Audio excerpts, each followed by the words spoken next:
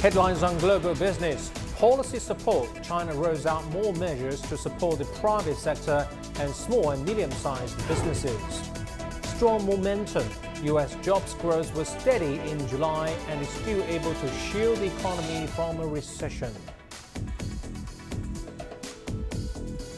And disaster relief rescue operations continue in Beijing and in neighboring areas in the aftermath of a record typhoon rainfall.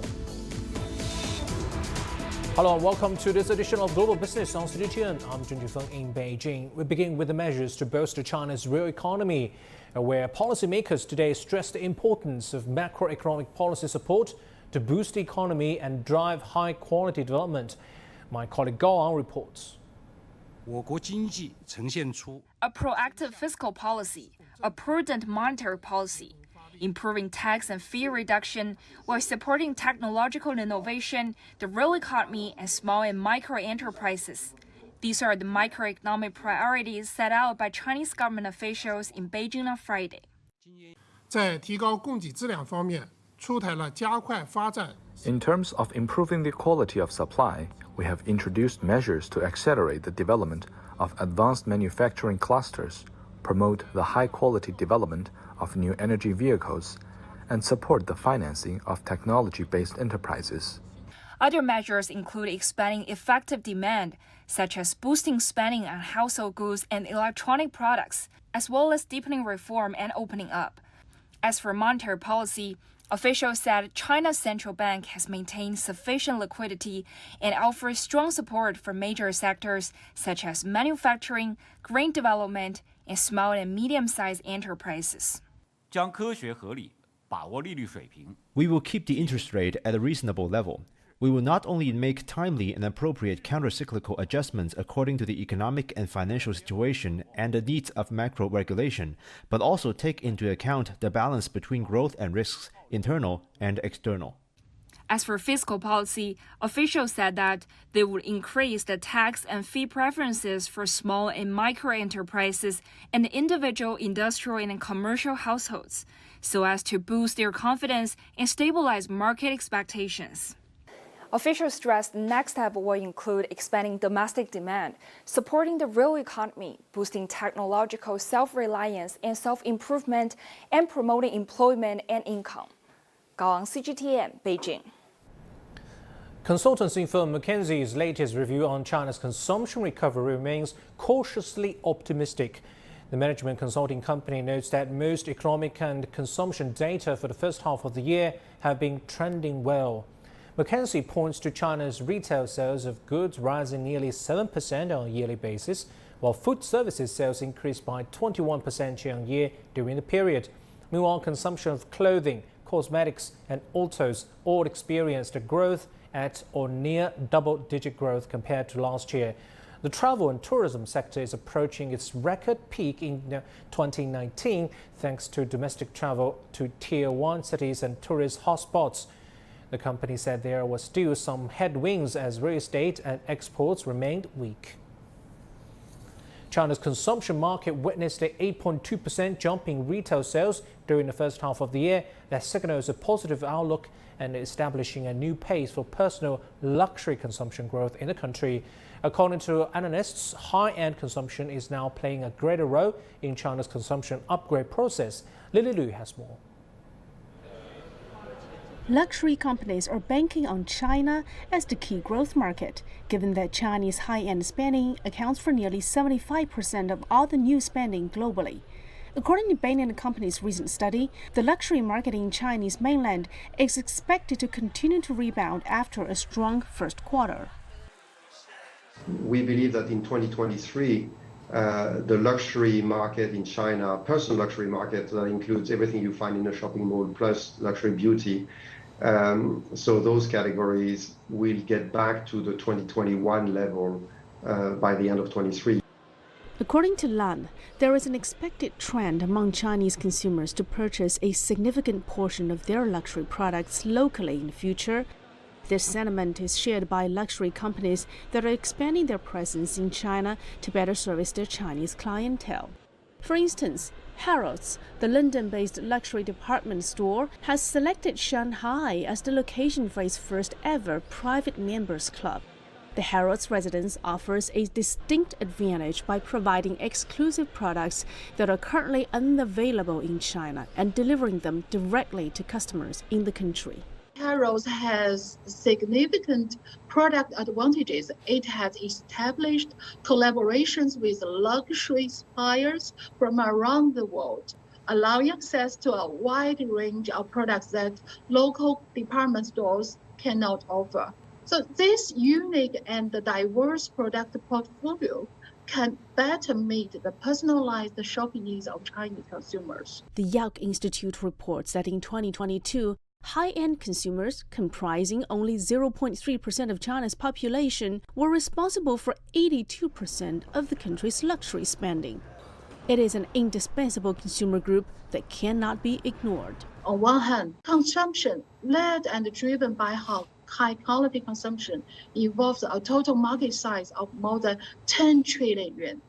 Although it accounts for less than a quarter of China's total sales of customer goods, it contributes over 70% of corporate profits. The future high-quality consumption market will create no less than 5 million job opportunities. While China is faced with many opportunities, high-quality consumption based on consumption upgrading is the largest opportunity. Zhou mentioned that Harrods' innovative business model, which integrates Chinese consumers' digital preferences with tailored and exclusive face-to-face services, could be a source of inspiration for other retailers and brands looking to revamp their strategies in China. Lilu, CGTN. China has rolled out 15 policy measures to support the growth of the new international land-sea trade corridor. Measures unveiled by the General Administration of Customs on Friday include linking the corridor to the China-Europe freight train services and the Yangtze River Economic Belt, speeding up customs clearance for multimodal transportation and expanding cross-border freight volumes. Besides that, the Customs Authority will assist domestic companies in fully utilizing the benefits of RCEP rules and promoting industrial collaboration between China and ASEAN countries. The new International Land-Sea Trade Corridor, launched in 2017, is a trade and logistics passage jointly built by China and ASEAN countries. It is one of the key projects under the Belt and Road Initiative. You're watching Global Business. Coming up next. Strong momentum. U.S. jobs growth was steady in July and is still able to shield the economy from a recession.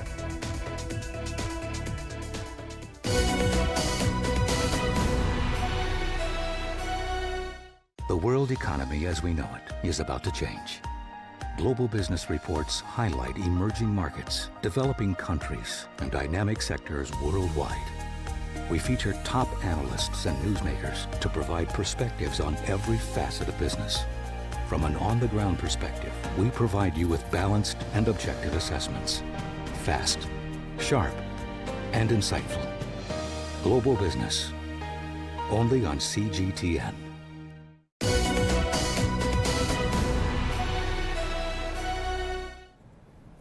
U.S. job growth moderated in July but retained enough momentum to shield the economy from a recession. Fresh data from the U.S. Labor Department shows non-farm payrolls added 187,000 in July, less than the 200,000 anticipated by the market. The softer than expected data suggests a cooling labor market after a series of interest rate hikes by the Federal Reserve to bring down inflation. Meanwhile, unemployment rate edged down further to 3.5% in July from 3.6% in June. For more discussion on the latest U.S. employment data, we cross to our correspondent Karina Mitchell in New York. Karina, how does the data compare to last month and how has the Fed reacted? Well, the data is just fresh out and there is a lot for the Fed to consider in this report when you look at last month's results and this month. So as you said, 187,000 jobs added to non-farm payrolls in the month of July. The estimate had been for 200,000. Now compare that to last month in June. there were actually 209,000 jobs added, but that was just revised lower to 185,000. So we actually saw job acceleration this month. But we did get ADP numbers for private hiring this month as well. That showed some moderation. So overall, some sort of cooling that we are starting to see perhaps.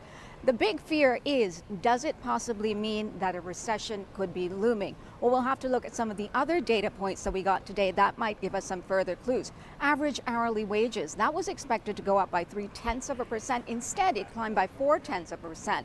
Year over year, that number stands at 4.4%.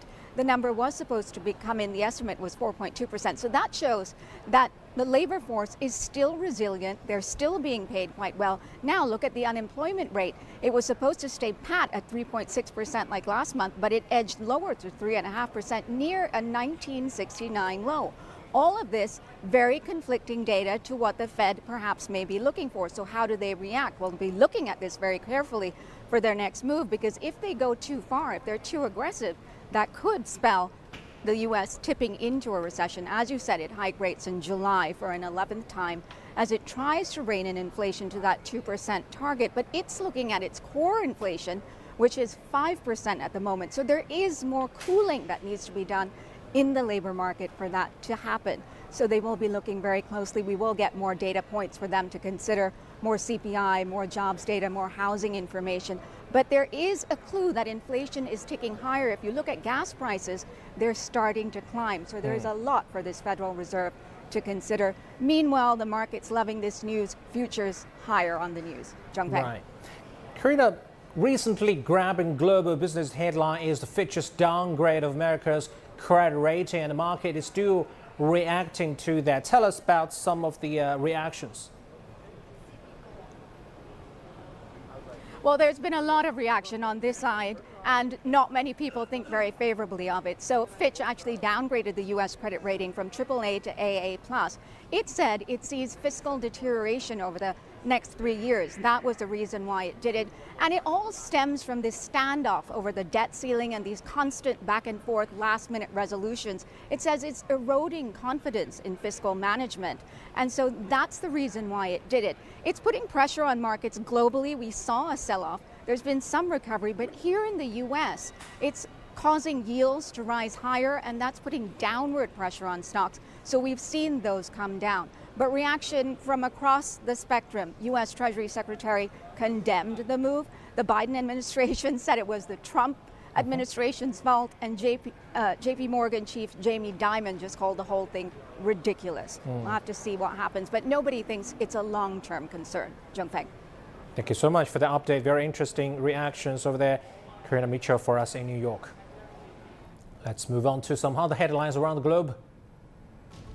The European Central Bank said the underlying inflation in the Eurozone has, quote, probably peaked, unquote, signaling a slower growth in other prices as well. The updated shored up expectations for the ECB to halt a streak of 9 consecutive interest rate hikes in September.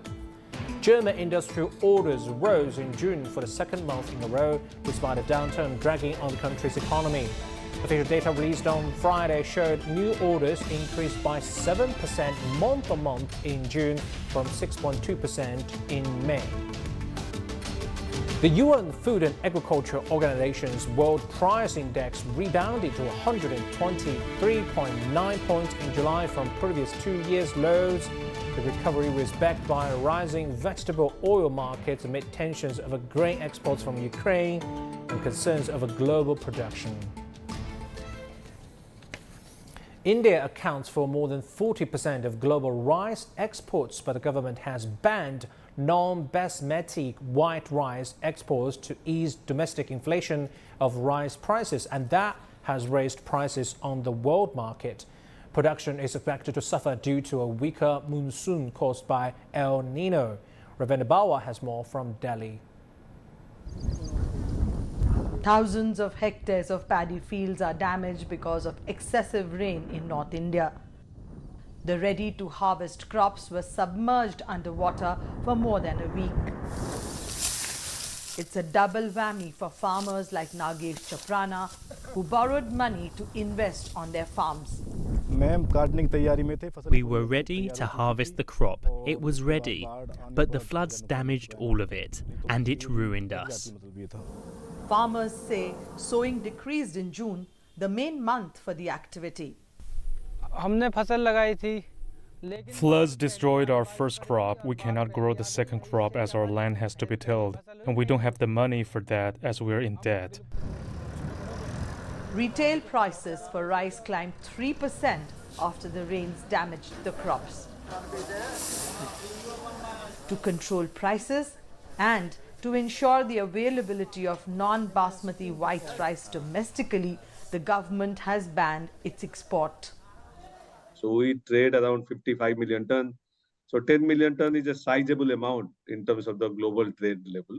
So it will have significant impact. There is absolutely no doubt. If you take 10 million ton out of the market and the demand is still the same, so you expect price to go. And already prices have gone up 15-20%. Experts say India is likely to receive below average rainfall in August, which could impact rice production. Uneven distribution of monsoon rain. That's why these inclement weather activities, or you can say the uneven distribution of rainfall, geographical scanty rainfall in some areas and some areas facing flood-like situation. So these contrasting weather patterns are impacting the yield and quality of food grains. While imposing the export ban, the government has kept the provision of government-to-government sales. This is to ensure that if the rice production is normal this year despite extreme weather events, it will be exported to those countries who need it to meet their food security demands. Ravinder Baba, CGTN, Dadri. Watching Global Business, more to come after break. Disaster relief rescue operations continue in Beijing and neighboring areas in the aftermath of record rainfall from Typhoon Doksuri.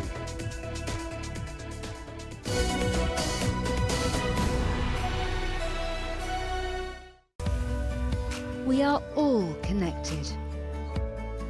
Across borders, across continents, connected by ideas, a shared humanity. Stay connected.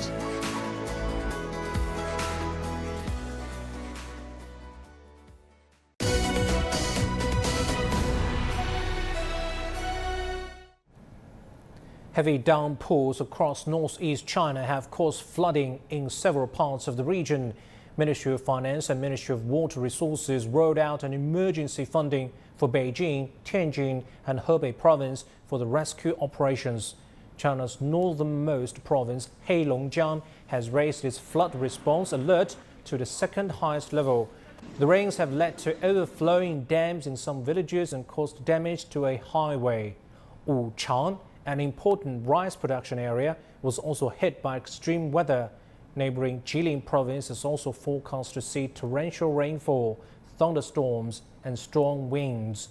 Meanwhile, rescue efforts continue in the aftermath of record rainfall brought on by Typhoon Doksuri in Hebei province. Zhuzhou flood areas have begun to recede in parts of the country, and the floods are moving lower reaches of the Haihe River. Residents around the flood containment areas in Jinhai district in Tianjin have been relocated. In Beijing's Mengtougou district, one of the worst hit areas, sanitation teams are rushing to clear up the sludge on the roads, and owners of small shops along the river are taking stock of their losses. Huang Yue has more. I'm now in western Beijing's Mengtougou district, which has experienced severe flooding during the recent heavy rainfall. And after over 70 hours of continuous rain, as you can see now, the flood waters have receded and the recovery work is still underway.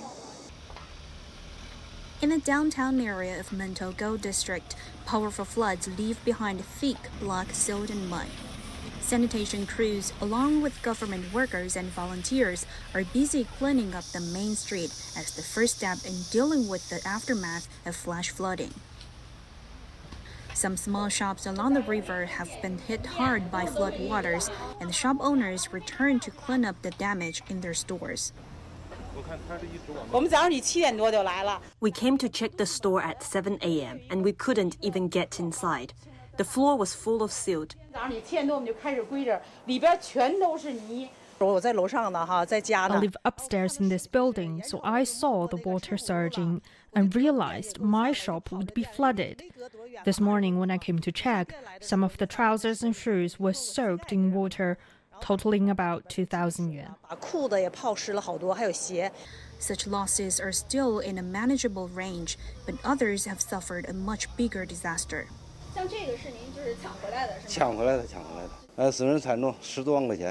It's a great loss. More than 100,000 yuan of tea leaves were soaked in water, which means they are ruined. I have no choice but to throw them away. I grew up here, and I've had the store for over 10 years. I have never seen such heavy rains. All these electronic devices, computers, printers, paper, they've been exposed to flood water. I haven't calculated the losses, but it's no less than tens of thousands of yuan. I still haven't switched on the electricity as there is still water. So far, the urban areas of Mentougou district have resumed electricity and water supplies. But the rescue operation in remote villages is still ongoing as the floods cut off roads, power, and drinking water. As of Thursday afternoon, all the villages in the district, which had lost contact with the outside world, were reconnected. Shelters have been set up in nearby schools for villagers affected by the disaster. Huang Yue, CGTN, Beijing.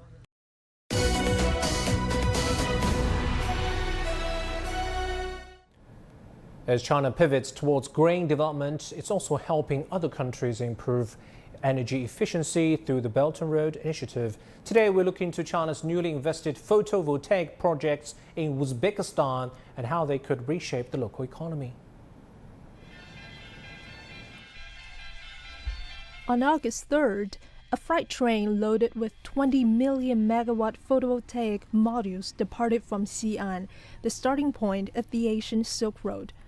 Those PV modules were manufactured by China's solar technology company LONGJI, and they are the first batch of units to be installed at two 500 megawatt PV projects in Uzbekistan, both invested by the China Energy Engineering Corporation, or CEEC. The investment and construction of our two renewable energy projects have played a leading role in transforming Uzbekistan's energy structure and infrastructure. According to official documents, the two photovoltaic projects will create at least 1,600 local jobs in Uzbekistan. As for green transition, those projects will help reduce carbon emissions by 2.4 million tons and generate 2.4 billion kilowatt hours of electricity every year. To give you a better understanding, it's equivalent to 520 million square meters of natural gas saved every year. Uzbekistan is a major country in Central Asia.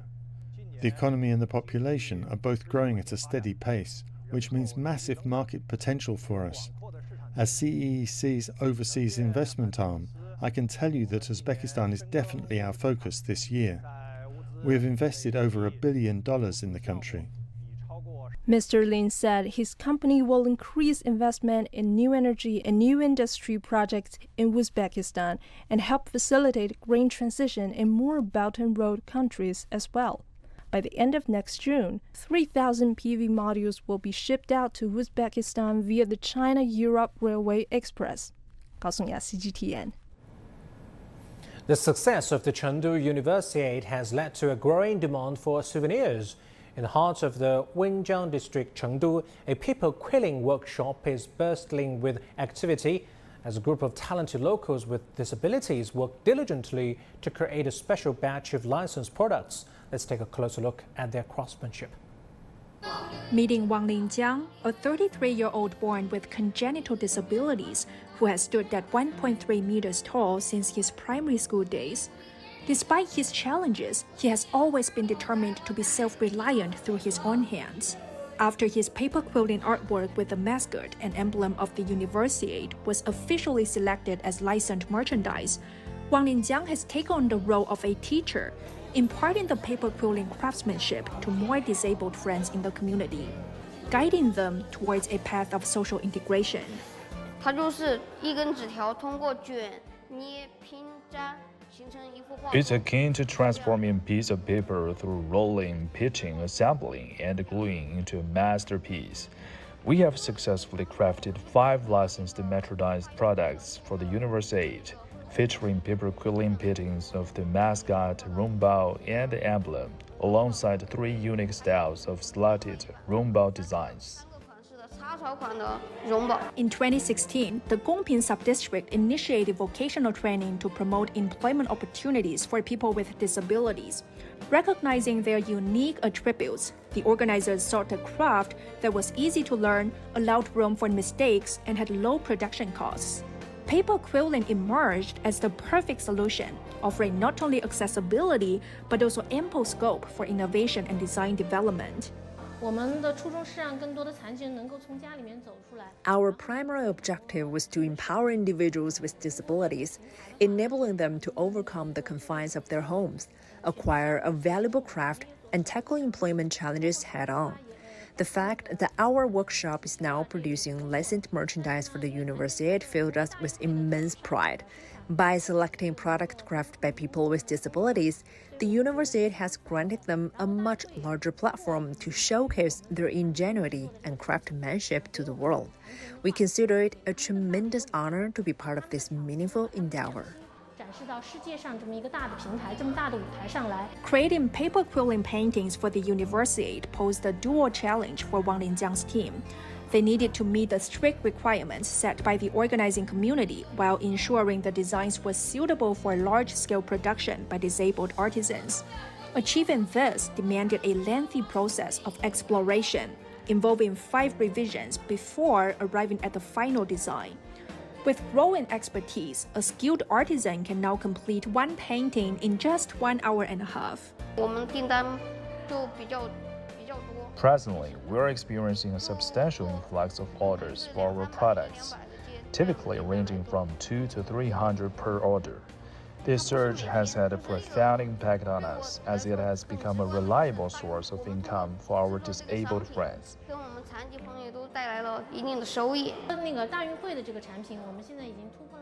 Currently, our sales revenue from products related to University has surpassed 200,000 yuan.